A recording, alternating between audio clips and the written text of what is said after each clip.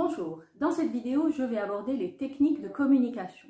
Pour réussir une communication efficace, il faut pouvoir concorder mon intention, c'est-à-dire ce que je souhaite transmettre comme message et l'effet de ce message sur mon interlocuteur.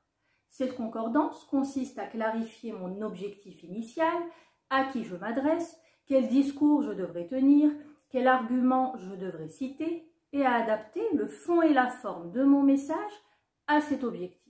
Je vais donc lister certaines techniques de communication à ne pas négliger dans toutes les circonstances où l'on est amené à parler de soi-même pour se vendre.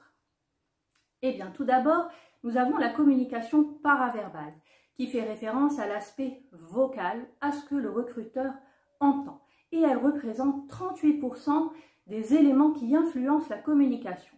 Il y a 4 points à prendre en considération. Tout d'abord, le volume de votre voix doit être suffisamment fort pour se faire entendre. Vous devez adapter l'intensité de votre voix. Vous devez parler ni trop fort, ni trop bas pour que le timbre de votre voix reste agréable à entendre. Deuxième chose, parler trop vite nuit à la compréhension du message. Donc vous devez également respecter le débit de parole. Quand vous parlez, le rythme doit être ni trop rapide, ni trop lent. Troisième chose essentielle, c'est la musicalité de la voix. Notre voix doit traduire un certain dynamisme. Il convient de jouer sur la variation du rythme et sur la ponctuation des phrases pour rompre la monotonie. Et ainsi respecter les interrogations, les exclamations, les points, les virgules, mais également les silences pour marquer les transitions d'idées par exemple. Et quatrième et dernière chose, c'est l'articulation. La manière dont nous énonçons les mots est essentielle et elle est à prendre en considération quand on parle. Pour se faire comprendre, il s'agit d'articuler distinctement le son qui compose les mots.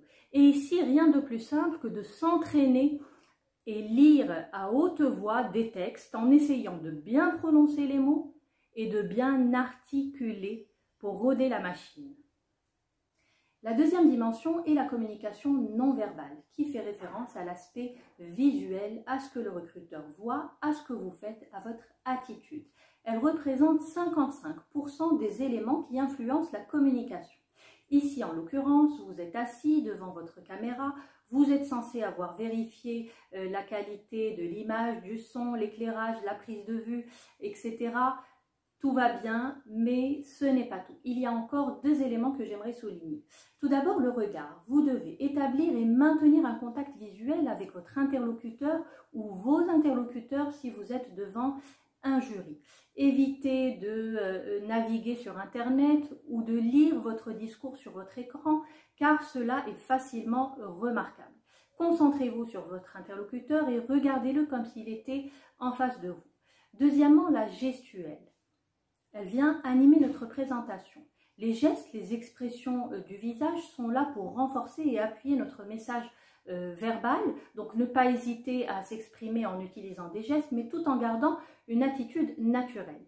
Évitez tout de même les gestes parasites qui peuvent traduire une certaine gêne ou un stress, comme se ronger les ongles ou jouer avec son stylo. Et évitez quand même de rester statique et de ne pas bouger du tout, car cela peut donner l'impression d'un orateur craintif et distant. Et enfin, la dimension verbale qui fait référence à ce que vous dites, à votre langage et qui représente seulement 7% des éléments qui influencent la communication. C'est quand même étrange, mais l'aspect vocal et visuel ont un impact beaucoup plus important sur la communication. Donc le candidat doit utiliser un style soutenu, un langage formel, sans faute de grammaire, de syntaxe ou de terminologie. C'est pour cette raison qu'il n'y a pas de mal à préparer son discours.